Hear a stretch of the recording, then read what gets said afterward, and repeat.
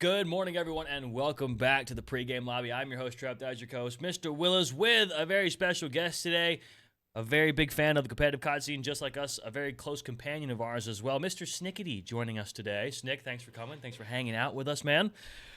He's going to help us break down Major One's matches. Of course, anyone who watches this probably already knows the result. Paris Gentlemates taking the tournament over OpTic 4-3 in the grand finals. We're going to go through every single day and most of the matches that happened. You know, we had some upsets. We had some results we weren't expecting. And as you can see, well, not on this scene. You'll see on the one when I pull up where we talk about the individual matches. You'll see our updated records for me and Will in terms of our pick'ems for the year. But boys, let's just get into it, man. Let's just get into it. Let's break down this major. There was a lot of action to talk about. I think a final that a lot of us aren't surprised by. You know, you had both of these teams. I think OpTic finished 4-3 in quals. I think Paris was 5-2. So I mean, you know, Paris had the advantage in terms of seeding for the bracket. I'm not shocked at how OpTic came out and played for the tournament. But we'll talk about more about that when we get to the grand finals. Will, let's get into Friday or Thursday, man, and talk about this first matchup we had. We had Paris taking on Toronto, first match of the tournament. I think you said Toronto was your underdog, your little dark horse team for the tournament, right? Was that the team you chose? Yeah, it was either them or Ravens. We'll kind of look at how Toronto looked at the rest of the weekend. I expected maybe a little bit more out of them. They didn't have the showing that I would have expected after. I don't know, you look at that team, that looks like a team that's probably going to do better on land than they do online. And they just kind of fell a little flat for me. I will say, though, they did take. They didn't look terrible in this first round matchup, right? It doesn't really go the distance. They pick up a map win, but yeah, Toronto was my underdog pick. I'm just kind of sad overall with their performance. Yeah, an 0-2 weekend. Snick, you look at Toronto. They had a 4-3 split. I mean, and it's not a split that you shake your head at and say, okay, you're kind of doomed for the major. But the Toronto you saw online and the Toronto you saw at Major One were definitely not the same team. You had Real in this series with a .64. I mean, you know, you are going up against what I said, in my opinion, Paris is the best hardpoint team in the game. But I expected a better fight from them in this series, and you just didn't get that. Yeah, no, you know what? I mean, Toronto, I also had them making a little bit of a run at this major. Obviously, they get DFR'd, so that didn't happen. But Real just doesn't show up in this series against Gentlemates here. Yeah, 6.64 is just not going to get it done when he's, you know, their big pickup in the offseason. Disappointing for them. And I know they're doing a little bit of a role change moving forward. Kleenex going to the flex, Real back to the sub. So I don't know. I could see that, you know, moving forward, doing some good things for them. But yeah, didn't show up in this matchup. Obviously, tough first round matchup against Paris, who eventually go on to win. But yeah, tough showing for Toronto. Yeah, and you hope that role switch does something because which I mean, Real he was a sub for Miami when he played for them. So if you don't get Joe Deceive some help, he's gonna leave. Dude, and he needs to leave. Joe Deceive. Yeah, he needs to leave. No, you need him. Yeah, he was the only player on Toronto positive in that series. So, let's move into our next one, man. Carolina taking on Thieves. Let me tell you, man, one of the biggest fucking busts I've ever seen in my life from this Carolina Royal Ravens team. I mean, the hype and energy around this team going into this major just to get absolutely smacked in both rounds you played in. Thieves came out and manhandled in this series. Not a single player on Carolina positive. All of everyone on Thieves positive. I mean, this just wasn't even close. And honestly, I'm not even going to say I'm shocked because I feel like this happens almost every major where you have a team who has a better split than you think they're supposed to, and they just come into the major and absolutely crap the sheets. Scrap gave some crazy shit talk to these guys saying you're not playing in your bedroom anymore. So I think this is a little bit different situation than like one team randomly looks good in a split. These guys looked they looked unfuckwittable. Yeah. Like this was a little bit more like this. These guys came onto the scene. This team forms. Slasher gets dropped. Exceed comes up, and suddenly these guys look like they were prime OpTic. You know what I'm saying? I mean, they were beating teams that looked like prime OpTic, and so I mean, anyone find some spare time who didn't get a chance to watch the major. Maybe you did, and you just kind of want to go back and look. Go look at their faces during this series. They looked genuinely scared. Yeah, of yeah. some, like especially in like the S&Ds and stuff like that. Like genuinely, like shocked at what the fuck that they were playing. It looked easy for Thieves. Anyone that played Ravens this weekend, it looked kind of easy for them. Which it's only two teams because you got DFR'd if you're Ravens. Big letdown. Big letdown. Exceed looked like he was coming back and destroying the Burger King memes. He he flipping the patties He's a again, Burger brother. King for a reason. Dude, Yes, sir. I was kind of excited about Thieves winning this series because it looked like the Thieves of old and the Thieves everyone was kind of expecting. And I was like, oh shit, Thieves are on land. They might be a top 3 right now. That did not happen after this series. Oh. But I think it's just hilarious just what happened with Carolina. I think that's just so fucking funny because they were just the greatest ever online and it didn't even come close to translating over. Our third match on Thursday, Snick, we had OpTic taking on Falcons. It was another series where I chose OpTic. Did we choose OpTic? No, I chose Falcons, I'm pretty sure. You chose OpTic. I chose Falcons on my own, separate from you guys. Yeah, so you had a 4-3 split from OpTic. You were 1-3 in your last 4 matches going into the major. Falcons were riding a high. You come into this match and OpTic manhandle Falcons. A 1.23 from Shotzi. Yeah, 1.3 from Merc, 1.1 from Dashy. Xnid had a really bad series, 0.76 against this OpTic team. And this was the team we were expecting to see after the little holiday break from OpTic, who started 3-0, who looked good. This series here, I think this was the one that kind of put a wake-up call in my mind, Snick, about, okay, OpTic can easily make a run to finals. Yeah, for sure, especially in that map 1 hard point. I'm looking at the stats here. Merc goes +10, Shotzi goes +8, and I mean that's what you expect from those guys is just to go out there and fry in hard point. And when they do that and come out hot like that, win by over 100 points, it's looking tough for Falcons there. So, yeah, I mean they did what they're expected to do, and Falcons a little disappointed for them because obviously they looked real good online. Mm-hmm. But yeah, same process as bro. I picked OpTic. Yeah, he did. He did.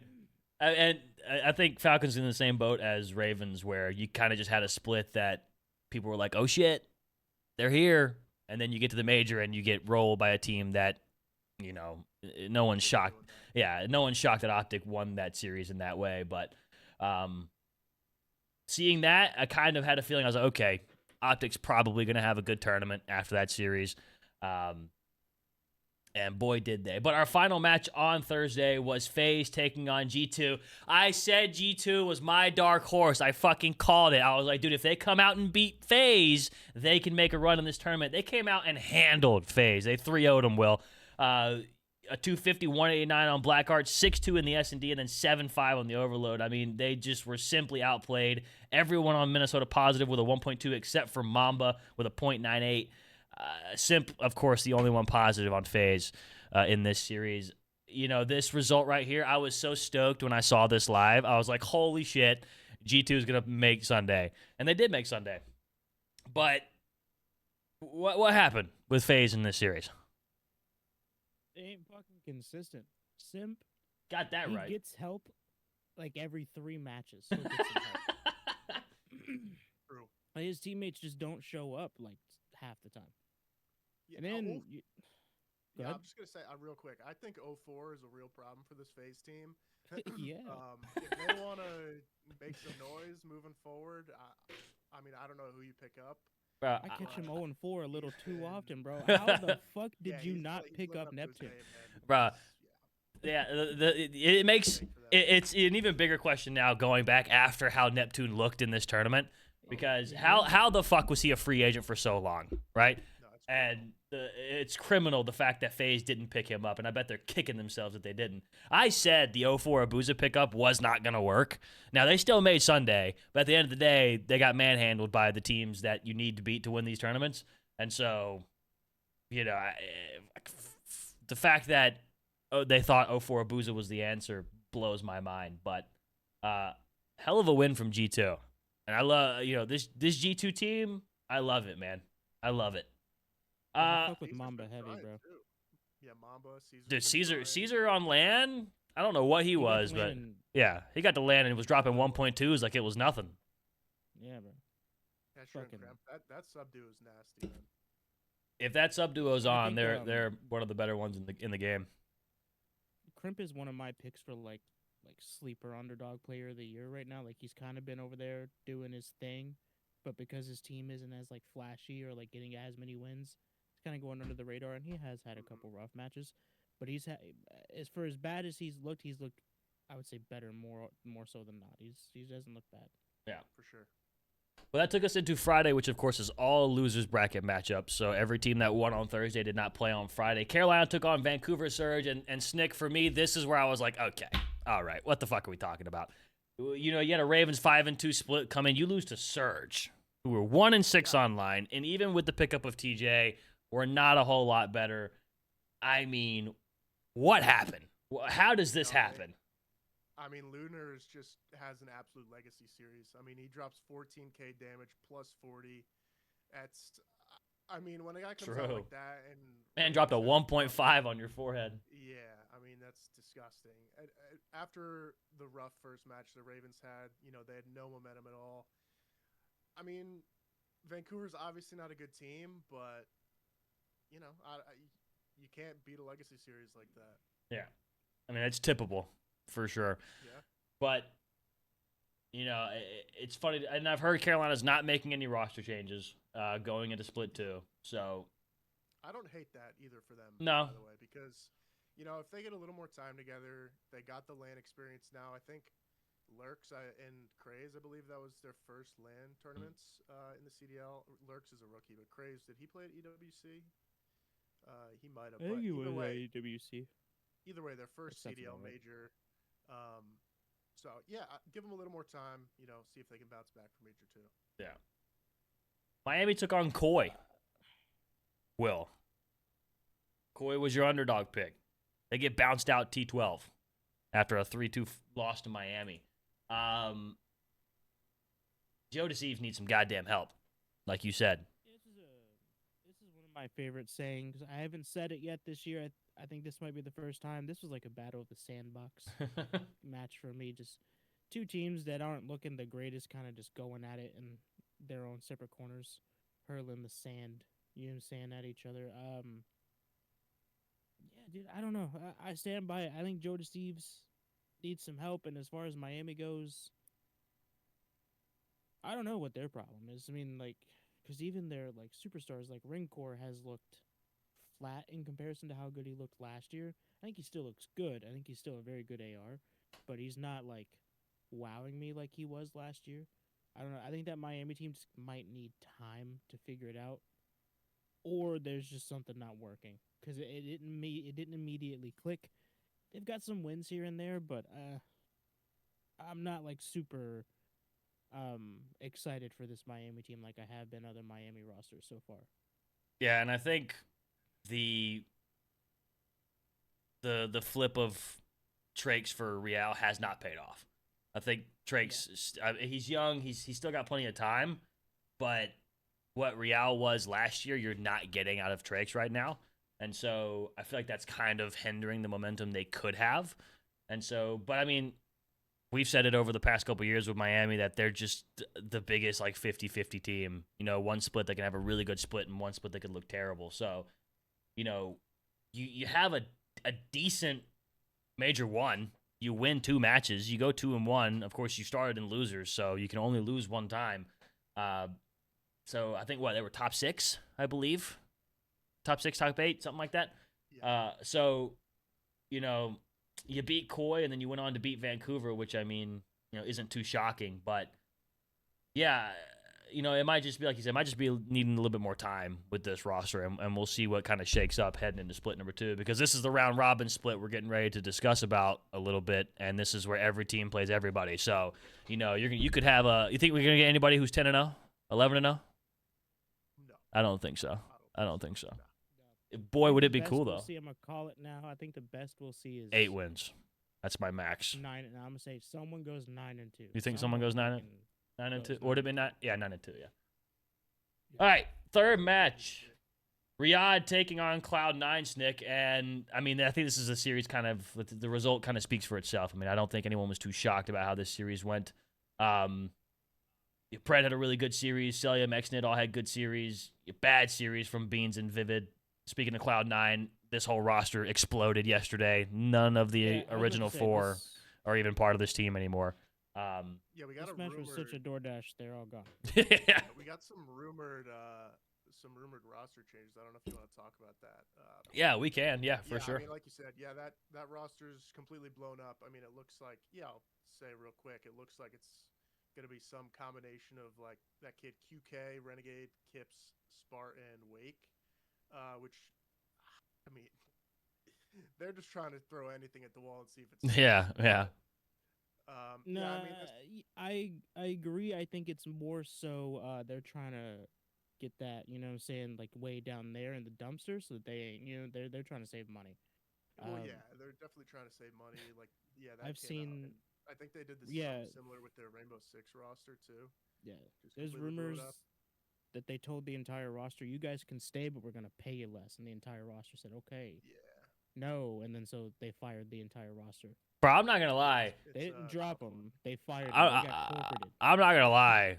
If you pick up QK and then you pick up like Kips, Renegade, and maybe somebody else, that roster might be better than the roster they put together. No bullshit. I mean, it might be. In my personal It opinion. could No, just but like be it's what it was, it's super hard to judge off of challengers, right? Because another player who's calling up right now is Neum, taking over for Kenny on Thieves. So who knows what Neum's gonna look like when he comes into the league in this split. But listen, anything could be better than 1-8 in a split. I'll tell you that much. So And anyway, I mean, this matchup, obviously, like, we expect Falcons to win. They do it in a pretty rough fashion, but they get it done. So yeah, we'll see what Cloud9 looks like moving forward. And I don't know. That matchup was kind of. they're gonna have to get a roster announced soon because as of this episode, there's only a week until matches resume. So they better get a roster together. Second to last match of the night for Friday was FaZe taking on Boston. Again, I think another series where everyone kind of expected this result. It was 3-1 for FaZe. The only map they lost was the S&D. It was round 11. I think S&D was kind of FaZe's kryptonite this tournament. Draws and Simp both had really good series. Everyone on Boston did not. And that's kind of just the gist of how this series went, Will. Nothing crazy to say about it, I don't think. Yeah, no, when you and I were discussing our picks for the major over in our texts, I believe I used the phrase FaZe might look dookie, but Boston looks runny dookie. Yeah. To talk about this matchup. Yeah. So this went exactly the way that I thought it was. They win a very close S&D. You know, you get like a little round 11 S&D win if you're Boston, but other than that, you just got absolutely torched in the respawns. So Yeah. Purge 12-5 in that S&D, dragging them. Yeah. happy Saturday or happy Friday. I guess. Yeah. He was the team in that search. But Yeah. final match of Friday, it was Vancouver taking on Miami. Snick, I think another series where we could kind of see the outcome. Miami 3-0'd them. It was pretty quick one. Maps were close. The Overload and the Hardpoint were closer than they probably should have been, especially with Rencor dropping a 1.5 in this series. To see the respawns that close just makes me think there's like some internal communication issues with Miami. But nonetheless, you win the series, you move on to Saturday, and Vancouver still suck. Yeah, I mean, this is the result we expect. Obviously, Miami, you know, they're a good team when they're on. Obviously, Rancor, a really good series. But yeah, I mean, not really much to say about this matchup. Vancouver were who we expected them to be. Obviously, closer hardpoint and Overload, like you said. But yeah, Miami get it done in 3. All right, Will, I'm going to let you take over, man. Show how bad Ravens were. True. Ravens got fucking Take us into the weekend, Will. Yeah. All right, well, we're back to winners bracket matches, so shit should be more fun. Started off with FaZe taking on Falcons. I had Falcons winning this, but it actually turns out to be quite a grueler of a series with FaZe coming out on top. Like, and when I say a grueler of a series, chat, it is like a grueler of a series. Let me run you through some of these map like final scores here. The first hard point was 250 to 233 in FaZe's favor. Then we went to a round 11 in Falcons' favor. Then we went to a 1 point differential in an overload in FaZe's favor. Riyadh won the next hard point, but it was still 200 something to 200 something, 250 to 212, and then FaZe kind of ran them in the last S&D. But hell of a back and forth series. It started off on Saturdays. Saturdays and Sundays usually are like the best days of these tournaments. I kind of lost my train of thought right there. Damn, that's crazy. I do want to bring up real quick with this series. It's gone. Just kind of as a talking point for Overload. I'm looking at the timeline right now, and it looks like FaZe. Yeah, they go up one and they park the bus with the bomb. And They parked the bus after every score. Yeah, that's been a talking point around Overload, and I'd be curious to see your guys' thoughts just in general on Overload. I don't know if you've talked about this before, but if there's any solutions or rule changes that you would make to that mode. I mean, I think it's fun to watch, but there's some points where it's just a little bit of a snooze fest. I will say, I think what the CDL should do is, if it gets mathematically impossible, end the game. There's no point in us watching another minute of the gameplay. End the game. If you can't win, just end the game. Like, we know who's winning the map. It doesn't matter. For park the bus and teams using that strat, I don't really care, because one of these times someone's gonna park the bus and immediately they're gonna get broken, and someone's going to get a cap off of it, and then it's going to turn the game just completely on its head. And so, we're just waiting for that moment for when that does happen. I mean, it's kind of the same thing as like stalemating in CTF.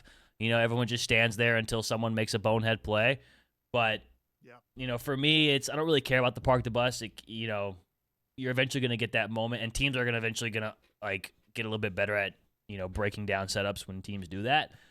But for when they become mathematically impossible, let's just end the game. I'm tired of sitting here watching a minute of Overload when I don't have to. So just, for me, end the game when the other team cannot win.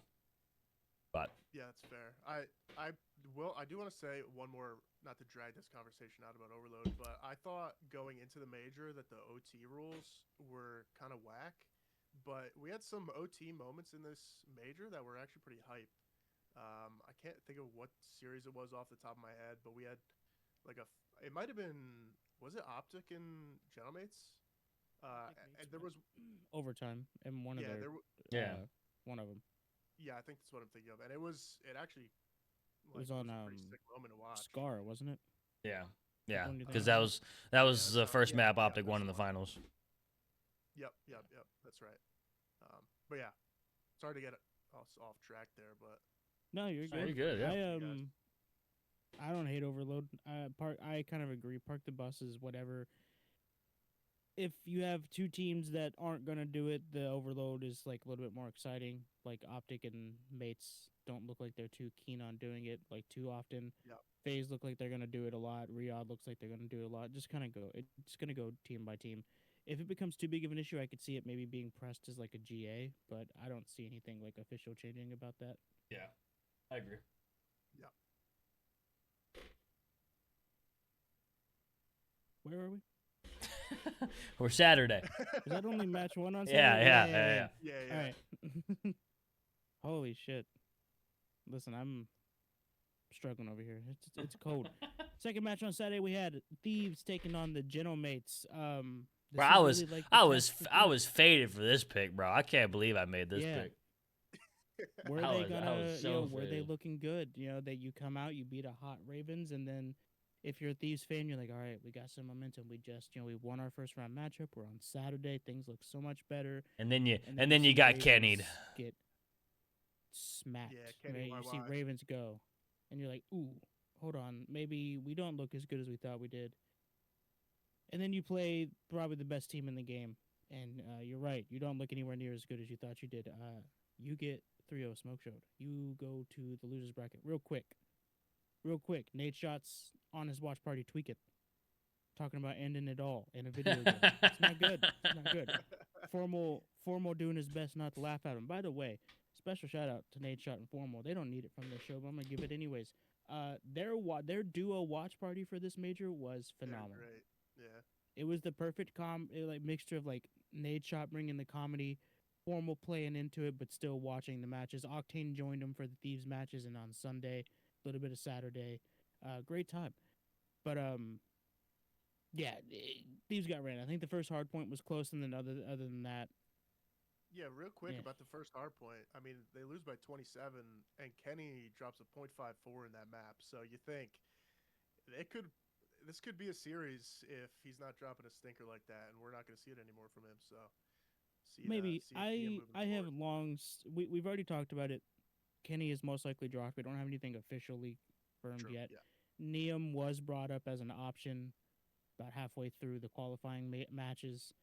So the rumor and from what is pretty much assumed is Thieves had they have acted on that option. I don't think dropping Kenny fixes your issues. I don't No, think I Kenny is the actually, reason yeah, I'm with you there.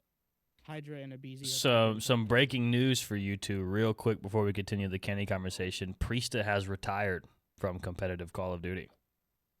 It's a good Not career for shocked. Priesta. I'm not shocked either. He past couple years have been rough for him, but all shout out to Priesta. Him in the AW era and the Phase era was sick. So I mean not AW, IW, but all love to No, Priesta. he had a sneaky good career. Yeah, until the end, and then he was bad. Yeah. Some guys got to call it sooner than later.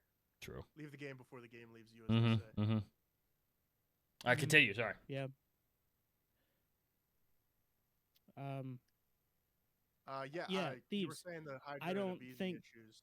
Yeah, I don't think Kenny's their only issue. I think you get a little bit more slaying power probably with Neum, which might help in some of these like really close head-to-head moments. But something's going on with Abizi and Hydra. They aren't playing like Abizi and Hydra typically would. Scrap has been consistent. Scrap still plays like Scrap, but I've made the argument myself. I think Hydra is a very similar player to like Shotzi, where they need time for the game to develop, to get more comfortable, get more like strategy and capability in their bag. But I don't know. I don't know. Like if you go back and look at their mini map in some of these matches this weekend, they were just kind of slow. They weren't activating when they needed to activate. They were kind of all over the place. Yeah, I do want to bring up real quick. Scrap even has been having a slower year than we're used to. I mean, he's still been good, but I'm looking right now at overall player KDs, and he's sitting at 20th right now with a 1.02 overall. So, I mean, we're not seeing the best of him, and I think with a AR duo change, we could see him bring back out the dominant Scrap. I think the Kenny change will benefit Scrap, but I don't think it suddenly changes how Abizi and Hydra are playing. I think there's some that still needs work. Yeah, I agree with that. All right, Hayden, anything? No. You guys covered it, man. Okay. Well, that takes us into the third match. We had G2 taking on OpTic. I can't scroll on my fucking score here. OpTic continued to look good. G2, they look good. They're playing better than a lot of people probably expect them to. But I mean, it's OpTic on LAN. Perk 30. He ain't showing up and playing bad on LAN. You know what I'm saying? OpTic looked great all weekend until the final, which is fucking. They still look good in the final, but they just had some bonehead plays. Good. It took them a second to fucking. Just wait till we get to fucking Game 7, because I got a full rant ready for that shit. But yeah, I don't really think there's much to say on OpTic. G2 is a 3-0. OpTic looked fantastic series from Hook. Hook had a crazy series this series. Yep. His I don't know if he had one there. He had a rough search throughout the whole tournament, but he had a really good one in this series. I will say this about Hook, because I was probably going to say it during the final, but when we were talking about the final, but because you just said it, Hook looks fucking lost in S&D for them. They got to work on that. I don't get it, because he's normally a really, really good S&D player. I think, dude, he was. It looks like they're putting Shotzi on an AR a little bit more. Yeah, they're giving bomb to Hook. Hook's taking bomb for OpTic. Let Hook run your AR a little bit, let Shotzi run your SMG full time. Try that, because I don't know, Shotzi bro. brought up today. He was talking about. I saw a clip. He was talking about how the Dravik. He just like doesn't like the Dravik because it plays more like an AR. And I feel like the M15 is obviously like the more do-it-all gun in this game. But if we see, I mean, we're not going to see a meta change because we never see a meta change. But if there Yeah. were to be a meta change, I think that could solve some of their problems. But I don't know. Which is weird, bro, because the Dravik looked like it was shotgunning on land. Like, it looks so much better It did. on land than it did online. I don't know. They just got to figure that out. Because my poor guy Hook, he's one of the best S&D players ever. And he looked fucking lost this week. Yeah, he looked lost. Dude, yeah, I don't know. He get ahead of ourselves a little bit. He struggled that game 7 in the final, but yeah, Struggled. yeah. Saying it lightly. Yeah. I think he struggled in Yeah. that raid too. We'll talk about that. Yeah, we'll talk about the final, but either way, OpTic Yeah. 3-0 G2, move on. Yeah, when we had FaZe taking on LA Thieves, and LA Thieves went home. Yes, they did. Yes, they did. Yeah. Draza told Scrap to pack his fucking bags with that 1.4. Yep. Yep. Love seeing that rivalry always on land. I'm not shocked at this result. Another 0.6 from Kenny, man. Yeah, it's Guy's struggling, man. Guy's struggling. I feel for him. He went from on a COD championship roster 2 years ago to being dropped back-to-back years. And it sucks for him, but it's crazy to see it fall off so quick. Yeah. He was frying in Modern Warfare 3, but I think it's these games, dude. I don't think Omni Movement's doing him right. I'd like to see how he looks if he doesn't outright retire. Maybe how he looks next year on MW4. But I think somebody picks him up. I'd be shocked for him not to be picked up by somebody, but with how many changes are happening, yeah, I would say there's a chance he could get picked up. But at a certain point, he himself might just be like, yeah. nah. He's been around for a while. I wouldn't be shocked to see him retire. It wouldn't shock me. Yeah. But I don't think he will, though. Well, that brings us into our last match. Oh, go ahead. One more point real quick. Another stinker for 04 in this series, and they still 3-0. Yep. So. Yeah. I think that's a testament to just how rough Thieves were. They're just so inconsistent, dude. Yeah. So's FaZe. But they don't have Simp. FaZe has Simp, and so that kind of helps. Yeah, Simp and Thanos. Draza woke up. So, like, but yeah. Draza always wakes up when you play Scrap. Yep. True. I mean, it's kind of like his go button. Then finishing out on Saturday, we had G2 taking on Miami, and G2 3-0'd the fuck out of Miami. They looked good. The only map that was close was the SD. It was round 11. Other than that, it was 100 points in the hard point and a 3-0 in the overload. I don't really have anything to say about this series. G2 wanted to go Sunday, so they went Sunday. Yeah. Another good series for Caesar. Yeah, he had a good tournament. I had a feeling he was probably going to show up to LAN and play better than he had been online. I wasn't expecting him to play this much better though. Yeah, online he was stinky, but on LAN he was bad. He was cooking. We haven't talked about medals at all, and if Miami were gonna make a change, which I don't think they are, at least not yet, medals I would say is somebody to look out for because he's been pretty. I feel like he was decent online if I'm recalling correctly, but I mean at this tournament he was rough.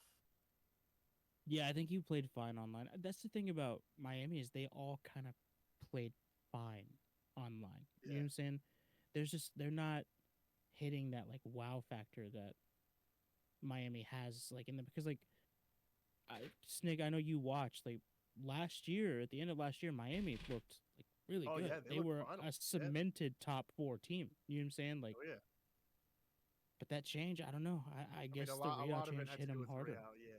Yeah, he was pretty fucking good at the end of the year. Yeah, he was filthy. I think Trakes could maybe get there. There's been moments where Trakes has kind of done some stuff where I'm like, ooh, okay, he can do it. He's just not doing it consistent yet. And I think the more comfortable he gets, the more comfortable that entire roster will get. Exactly, yeah.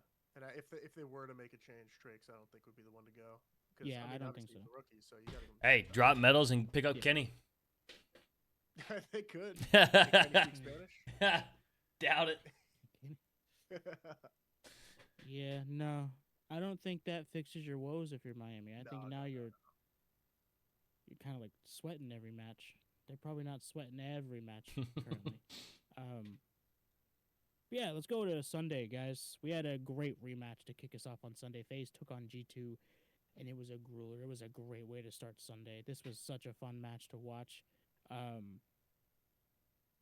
The only like blowout maps were the Overload and the last S&D. We got to that last S&D. FaZe kind of ran business. Other than that, they kind of played each other close. G2 was fighting. G2 did not want to go home, but FaZe.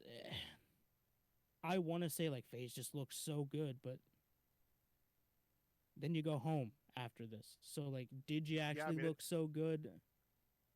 It's a Neslo I out don't of know. them, which we're not used to seeing. Yeah. Yeah. I mean, map 1, Estriel drops 40 and just drops sack on their head. And Yeah. like, I mean, that was fun to watch. He was going crazy in that map 1. Yeah, I mean, you don't normally see a Neslo out of FaZe. Bad series from Skies, man. 0.69, especially on a Sunday. That's not what you had such a good tournament all tournament long, and then you get to Sunday and drop a 0.69. So that's probably haunting him, with a 3-2 loss. Yeah, I stand by everyone. Pretty much everyone has one bad match every major, and you just dread when it happens on a Sunday. You want it to happen on that Thursday, that Friday, Saturday. You do not want it to happen on Sunday. There's another player that had a bad Sunday. Their bad series caught up to him. And it happened in the grand final, and I'm sure we'll talk about it. But yeah, I think we have like a little bit of a new rivalry on our hands here. I don't know if like the teams are looking at it that way, but as a viewer, I think I'm going to start paying attention to these FaZe G2 matchups just a little bit more going. Yeah. Yeah, I'm with you there. Yeah, I mean, their matchups are fun to watch for sure. Yeah. Then we go into our second match. We had OpTic taking on Paris in the winners final. Both teams have looked great. OpTic had yet to drop a map, and they kept that streak going. OpTic 3-0'd them in this winners final. The first map was close. Both teams crossed 200 in the hard points. After that, OpTic just ran the house. After this series, I was like, OpTic are winning this tournament. I was like, in my mind, I was like, there's no way OpTic's losing this tournament. I was convinced, and then Paris played for 3 hours straight after that. Can we I'll wait till we get to the grand final, but we got to talk about the fucking losers bracket advantage that these tournaments have, bro, because it's insane. Let's get there real quick. Losers finals obviously was Gentlemates taking on FaZe. It was a close series. FaZe did not want to give it up easy. Traded back and forth. It goes to game 5, round 11. And Paris squeak it out with like some crazy. FaZe was kind of trolling the biggest choke show outside of one of the bigger choking maps from FaZe. I'm pretty sure they were up like 5-2, 5-3 in map 5, and Neptune just pulled out his dick and said, "I'm gonna win this." Kind of glossed over it in the OpTic series, but Neptune had a rough one, and then goes on to do that against FaZe, and it's just, I mean, what a bounce back. Yeah. He had a phenomenal. That guy is so fucking good. He got his first win this weekend. Gross. He's got his first win. He in the last 7 tournaments, he has reached 5 of the grand finals. So that's just a testament to how good he's been over the past year, practically a little less than a year. Well, guys, that takes us into our last match of the tournament. The board was set. The 2 juggernauts that everyone expected to be here were the ones that showed up. Paris, Gentlemates through losers, OpTic through winners. OpTic going into this grand final had yet to drop a map. Paris had fought multiple gruelers to get here. And Paris ended up squeaking the win out 4-3. It goes the distance. It goes game 7. It doesn't go around 11, but we get damn close in a round 10. Let's break it down, fellas, because it went the distance. Yeah, rough series for Hook, man, 0.78. just didn't have his stuff this series. Like we said, he struggled in all of the S&Ds in this series. Couldn't get anything going there. You had a 5-2 lead on Raid for OpTic that you choke and lose round 11. The way that probably makes the whole difference in this tournament in terms of the result. The S&D wins championships, and Gentlemates won all 3 of them in this grand final. So, if you're OpTic, I think in my mind right now, these 2 teams are like as neck and neck as it can get. I mean, they play each other very close. I still think Paris is the better hardpoint team in my personal opinion. But I think OpTic are like right there. The overloads both go OpTic's way. I always thought OpTic were the better overload team in this. The question was S&D coming into this tournament, especially into the final, which one was going to be better at S&D. OpTic ran them in S&D when they first played. But outside of that, Paris did their research after that series and handled business in all 3 S&Ds. A great series from Sib, man, 1.3. The guy was shooting all grand final. He was handling Dashy, who dropped a .87. Dashy had a rough first couple of maps in this series. And I don't want to take anything away from Paris. Paris played a great grand final. But when are we going to stop the whole losers bracket plays for 3 hours while the winning bracket team just sits there and waits? And then you come off the momentum of winning a round 11, 5-3 choke from FaZe into the grand final. OpTic's cold as shit. Don't get me wrong, OpTic had all the opportunity to win this series. But, I mean, come on now. What are we talking about here? I mean, OpTic had not dropped a map leading into the grand finals, and they were at a disadvantage going into the grand finals. Paris were as warm as they could possibly be, and you saw it in the first 2 maps. But the biggest thing for me, S&D was not good for OpTic in this grand final, but there is one specific play that I just have to talk about because I've ranted about it on stream. I've seen plenty of other people ranting about it. It's eventually the round that lost OpTic the tournament in the Scar S&D, where you 4-push B-bomb, get the first 2 picks, Shotzi's up in green, you have full site control, you don't plant, you double chow back alley on the same hop-up, and then if you're Dashy in the 1v1 for Ghosty, he just stands back out, doesn't even try to fucking find the guy. He just stands there. So my thing is, watching this, obviously we are not pros, but we have watched the game for so long, we've played the game for so long, and I think this was just a blur of the moment for these 4 guys where they were like, we have all the control in the world, we don't need to plant, and they just straight up tried to gunny it. It was the most mind-boggling decision I've ever seen in my life because, for one, you're down. You have full site control. Why are we not planting the bomb? Mid's clear. Shotzi cleared mid. He got the kill on Sib. So it was just one of the most unbelievable play calls I've ever seen. And I'm not sure they did it on purpose. It might have just been a spur of the moment, kind of like no one was really thinking in that moment, especially when you watch the double chow on the hop. Like both people hitting the wall jump to chow the back alley. In my mind was them thinking, they're just in the moment, trying to win the round to keep their tournament alive. One of the dumbest plays I've ever seen in my life. But that one play, in terms of that map, probably loses them the tournament. I think S&D overall is something that OpTic really needs to work on because you can go neck and neck in the hard points and be better than Paris in the respawns and overload. But if you're 0-3 in grand finals in S&D, that just can't happen. So go ahead. 0-3 in grand finals in search, and they only have to win one of the respawns to win the tournament. Yeah. Yeah, I mean, you're right. Yeah, they got to get better at search. And there was another, they went round 11, map 2, and I sent you a clip of, a lot of people are talking about the timing that Hook had when he was down bottom pool stairs on Envoy. And I'm trying to picture it, and he just misses him. And if he sees him there, it's a free pick, and you got a 4v3 with bomb down. So I think it's also, but then they make a brain dead play in map 7. So I see that Hook clip on Raid. Hook just like Will said, Hook just looked lost in that round. No, he did. He was just running around pool. I'm not trying to be super argumentative. I don't think it was bad timing. I think he just didn't fucking go forward. All he had to do was go forward, and he had pillars, and he would have been fine. With you. eventually, He like just eventually you didn't got to go. activate. Yeah. Like if you're sitting there Yeah. for 10 seconds with bomb down, eventually, you got to make His the move. teammates are fighting a 3v4 in ring. He wasn't watching anything. He wasn't watching shit. He didn't come up the stairs until everybody died. Yeah. Like at some point, if he had just walked up the stairs, he would have probably had a free kill on Envoy and could have put someone in the ring hurt through pillars. But he just didn't. He was fucking lost. I don't know if he was sitting there waiting for someone to like say go.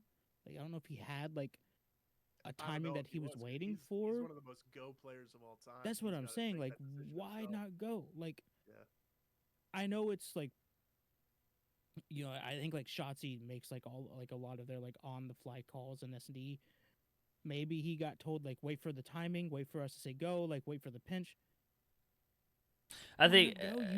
You know your teammate. You can hear them in war. They're obviously in your ear. Yeah. Fucking one on me, one dead. Oh shit, there's one window. There's one dead. Go. yeah. I think Another thing about that round that pisses me off actually though is because they were I don't remember how it played out exactly when they got the bomb down, but they all backed up. None of them took space. There were like Yeah. there was They one backed in up into middle nap. laundry. I think there were two in there were two in art. There might have Oh, been yeah, one flip the driveway, map. and then Hook was bottom pool. So they were just my thing is like they were sitting back. you How got are they gonna bombed. take space? You got bombed down 4-4, and you gave up mid completely.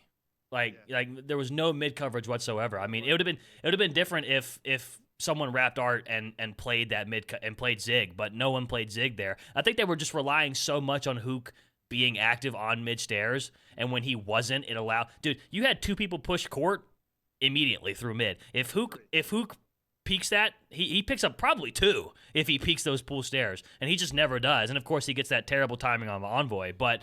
I mean, if he activates and peeks that sooner, he probably dies to Envoy, but I guarantee you he peeks up at least one mid. And so, I think you didn't have the map coverage you should have had. I'm also surprised no one pushed into laundry after that plant. It's like you said, they planted and then just like I think Shotzi played Ray and the other two kind of backed up art side. I'm shocked that no one pushed into laundry there and held that side. Because the bomb was planted for laundry side, and no one pushed that side. So, I think it was, just some. For one, you should have closed that map out a lot sooner than even having to go into that position. But, a lot of like. They lost 4 straight. Yeah, you lost 4 straight, and a lot of indecisiveness on how they wanted to play their post plants. It looked like because it looked like they were kind of uncomfortable with the way they were trying to position it. I think they had an idea in that round 11, but Hook just was not activating the way he needed to. And so, we like 0-3 in S&D, I think is just something that's like mind blowing when you think about it. Especially after what you did to them the first time around when you 6-0'd them on Scar. I mean, it looked like you knew what you were doing. But I think for one thing, you can look at this series and say, okay, if OpTic figure out S&D, they are obviously a very big force to be reckoned with because their hardpoint is right there. I think with Paris, I think Paris is a little bit better, and I think OpTic are probably the best overload team in the game. So, I think you're going to see OpTic in more grand finals this year. I think they're going to be right there battling it out. But that S&D, man, that's rough. You got to figure that out. Yeah, I'm looking because I was curious about their search win percentage, and they're sitting in 4th right now with a 57% win percentage in search. Carolina actually in 1st with 63%. But yeah, they gotta get up there in that top 3, I think, to really be dangerous moving forward. I mean, obviously they're dangerous, but you know what I mean. For sure. And that wraps up Major 1. First off, congrats to Paris. Big win for them. Congrats to Neptune, man. That kid's been fighting the past 9 months to get a tournament win. He finally gets one under his belt. I'm happy for Envoy, too. I love seeing Envoy be successful. He's had a lot of shit. I've given him a lot of shit in the past couple of years. So, cool to see him get a win. Is this team was kind of like a bit of a mercenary team going into the year. Yeah. It was just like a pickup of scraps. Yeah, they look good on paper. And the question was, could they put it together? And obviously, dude, the fact that Neptune slipped through and got on this roster is unbelievable. Yeah, he should have been on FaZe. He should have been on Thieves. He should have been on one of those two, but not the way the cookie crumbled. I can give Thieves and the excuse for not picking him up. If like you already have Hydra and you get a shot at a BZ, I can excuse you for not picking up Neptune. FaZe though, Yeah. You went Yeah, 0-4? for sure. You went 0-4 over it? I saw the 0-4 pick. I was like, oh, hell no. There's no way we're picking up 0-4. But, yeah. A fun tournament nonetheless. And now we head into probably one of the more fun splits you're probably going to see in the CDL in the round robin format where everyone plays everyone. And so you got a lot of COD coming up. Of course, we're not doing any predictions today. We still got a week until matches resume. There's nothing happening this weekend in terms of matches. But that's going to be a lot of fun. And we get to see the OpTic boys' first match in Stage 2. So that's going to be a good time. Boys, any closing thoughts on Major 1, man? Any closing thoughts on any teams? Obviously, we have not too many roster updates right now. By the time next week rolls around, we'll probably have plenty of rosters to discuss and talk about. But any closing comments about Major 1 and what we saw? Will, you got any? Not necessarily. I think I foresaw OpTic Genomates, even though OpTic weren't looking the greatest in the qualifiers. I felt like we were going to get to LAN and things were going to change. So, not shocked there. Blown away by Ravens. That's just insane. G2 looked great. FaZe, if they can push through some of these inconsistency problems, we saw glimpses of what that FaZe roster could be. So, yeah, I'm hopeful for the future. This looks like it could be a pretty fun year of COD. Looking forward to the next major qualifications. We got 66 matches, round robin. Gonna be fun. Gonna be fun. The only downside is that means it's like a longer qualifying stage. No more LAN COD until 2 months basically. It's like March 29th or something like that. So Birmingham. yeah, to the UK should be a fun event. The UK guys, the UK fans over there, they go crazy in the stands. Yeah, it's a great start to the year. It's a lot up in the air. Like as good as OpTic and Genomates look, some of these team changes could make these teams look a whole lot different. And then I guess like the last thing I'll say is Scump had his son. The prince has come. True. The Congrats prince to has him. come. JJ Abner, Jack Jordan Abner. It's fucking insane. Yeah, it's nuts. Yeah, that dude, that goofy ass motherfucker is a dad. Whoa. That's true. Oh, whoa, brother. I still get And flashbacks. that kid's gonna be regularly of Scump at the Scuff House doing the fucking thumb in the butt dance. Dude, That guy's a dad now, bro. Like, that dude's gonna be Did I just turn my camera off? Okay, no. That dude's gonna be the best COD player you'll ever see, man. If his dad shows him the ropes. Yeah. If COD's still going. he better not put that kid. Get him in something good. We need a tier 1 esport. You need to get him in League. You need to get him in fucking Valorant or Get him in CS or Counter-Strike. Dota. Nah, just wait. Yeah, Like 18 years from now, COD's gonna be the #1 esport. Just watch, bro. Yes. No. If I'm Scump, I'm calling up Faker like, yo, I got you. How much an hour? How much an hour? Yeah, get him correct. Anyway, everyone, thank you guys so much for watching. If you enjoyed, hit that like button, subscribe if you're new to the channel and you want to see more episodes like this. And if you want to see more Snick on the show, let us know. Of course, it was fun to have Snick here. Snick, thanks for joining us and talking COD with us, man. And I imagine we'll have you back. I imagine we will. If anyone didn't see the updated records, Will is 30-30, flat even at 500. I am 27-33. Not a great tournament for your boy. I was 4-14. He's done it. He's got the lead. He's got the lead. There's 60-something matches in split too, so anything could happen. But he's got the 3-point lead right now. Again, thank you guys so much for watching. We will have played 96 league matches already.